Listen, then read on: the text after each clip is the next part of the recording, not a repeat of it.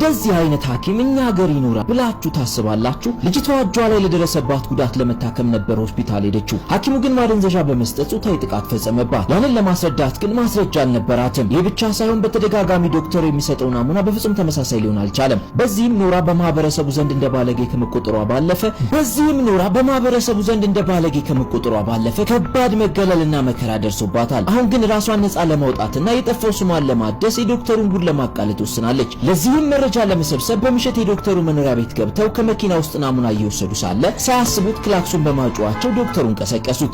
ዶክተሩም ከቤት ወጥቶ ሲመለከት እነሱ ከቦታው አምልጠው ነበር። በእርግጥም ይህ ጥረት ዋጋ ነበረው። የአሁኑ ናሙና ከኖራ ሰውነት ላይ ከተወሰደው ናሙና ጋር አንድ አይነት ሆኖ ተገኝቷል። ኖራ በልበ ሙሉነት ያገኘችውን ማስረጃ ይዘው ወደ ፖሊስ ጣቢያ መጣች። አዛዡ ግን አሁንም በጥርጣሬ ነው እየተመለከታት ያለው። ቢሆንም ግን ሌላ እድል ሰጣቸው። ኖራ ወደ አቃቤ ሕጉ በመሄድ ማስረጃዋን አቀረበች። ሆኖም መረጃውን የወሰደችበት መንገድ ሕግን የጣሰ በመሆኑ ተቀባይነት አላገኘም። ፖሊሶቹ ተመልሰው ወደ ዶክተሩ ጋር መጡ። በሚያስገርም ሁኔታ ዶክተሩ ተጨማሪ ምርመራውን አልተቃወመውም። እንዲያው ሙሉ በሙሉ ማስረጃ በመሰብሰቡ ሂደት ከሕግ ጎን በመቆም ሲተባበር ነበር። የሱ ጠበቃ ግን ከባድ ጫና እየፈጠረባቸው መጥቷል። የአሁኑ ውጤት ምንም የማያሳይ ከሆነ ከዚህ በኋላ ፈጽሞ እንደማይተባበር አስጠነቀቀ። ኖራም በአደባባይ ይቅርታ መጠየቅ እንደሚኖርባት አሳሰበ። ይህ ማለት የአሁኑ ውጤት እንደሌላው ጊዜ ከሆነ ኬዙ እስከ መጨረሻ ይዘጋል ማለት ነው። እነሱ ደግሞ ኬዙን እንደሚያዘጉት እርግጠኛ ነበሩ።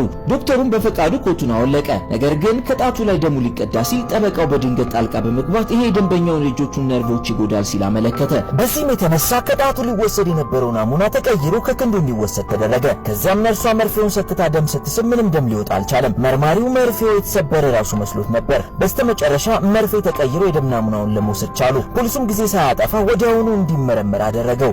አሁንም ግን ውጤቱ ያልተጠበቀ ሆነ። ኖራ ያገኘችው ካለችው መረጃ ጋር ፈጽሞ የማይመሳሰል ሆኖ ተገኘ። ኖራ ግን ውጤቱን ፈጽሞ ልትቀበል አልቻለችም።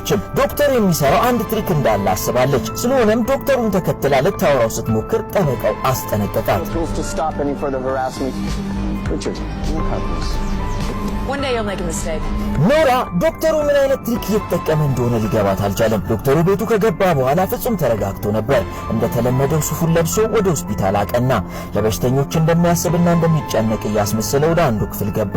ቅልጥ ያለ እንቅልፍ የወሰዳትን በሽተኛ ተመለከተና በሩን ከፍቶ ወደ ውስጥ ገባ። በሚቀጥለው ቀን ፖሊሶች ሌላ አዲስ ክስ ደረሳቸው።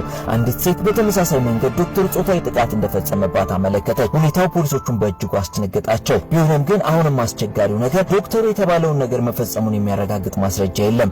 አቃቢ ሕጉ ኖራ በከፈተችው መዝገብ ልጅቷ ምስክር ሆና እንድትቀርብ ነገራት። የክስ መዝገቡም ከፍ ወዳለ የወንጀል ኬዝ እንዲቀየር ተደረገ። ከሳሿ ልጅ ምሽት ላይ ሐኪም ቤት ተኝታ የነበረችው ታካሚ ነበረች። እሷም በተመሳሳይ ሽርፍራፊ ትውስታ ብቻ ነበር የሚታያት። ጥቃት መፈጸሙን የሚያረጋግጥ ምንም አይነት ምልክት በሰውነቷ ላይ አልተገኘም። በኋላም ዶክተሩ በፖሊስ ቁጥጥር ስር እንዲውል ተደረገ። የታሰረበትን ምክንያት ግን እርሱ አላወቀም። በዚህ ወቅት መርማሪዋ ናሙናውን በቀጥታ ከምራቁ ነበር የወሰደችው።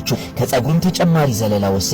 በዚህ ወቅት ሐኪሙ ምንም ማምለጫ አልነበረውም። ሁሉም ነገር በድንገት ስለሆነ ፊቱ ላይ ከባድ ጭንቀትና ፍርሃት ይነበብበታል። አዲሱ ናሙና ከሴቶቹ ጋር ግንኙነት ያደረገው ዶክተሩ ራሱ መሆኑን የሚያረጋግጥ ሆኖ ተገኘ። ሆኖም ማረጋገጫው ብቻውን በቂ አልነበረም። ምክንያቱም ግንኙነቱ በፈቃዱ የተደረገ ሊሆን ይችላል። በግድ እንዳደረገው የሚገልጽ ምንም ማስረጃ የለም። ይሄ ደግሞ ኖራን አበሳጫት። ቢሆንም አቃቤ ሕጉ ጉዳዩን ወደ ፍርድ ቤት አመጣው። ኖራ ለዳኛው ጉዳቷን እያነባች አስረዳችው።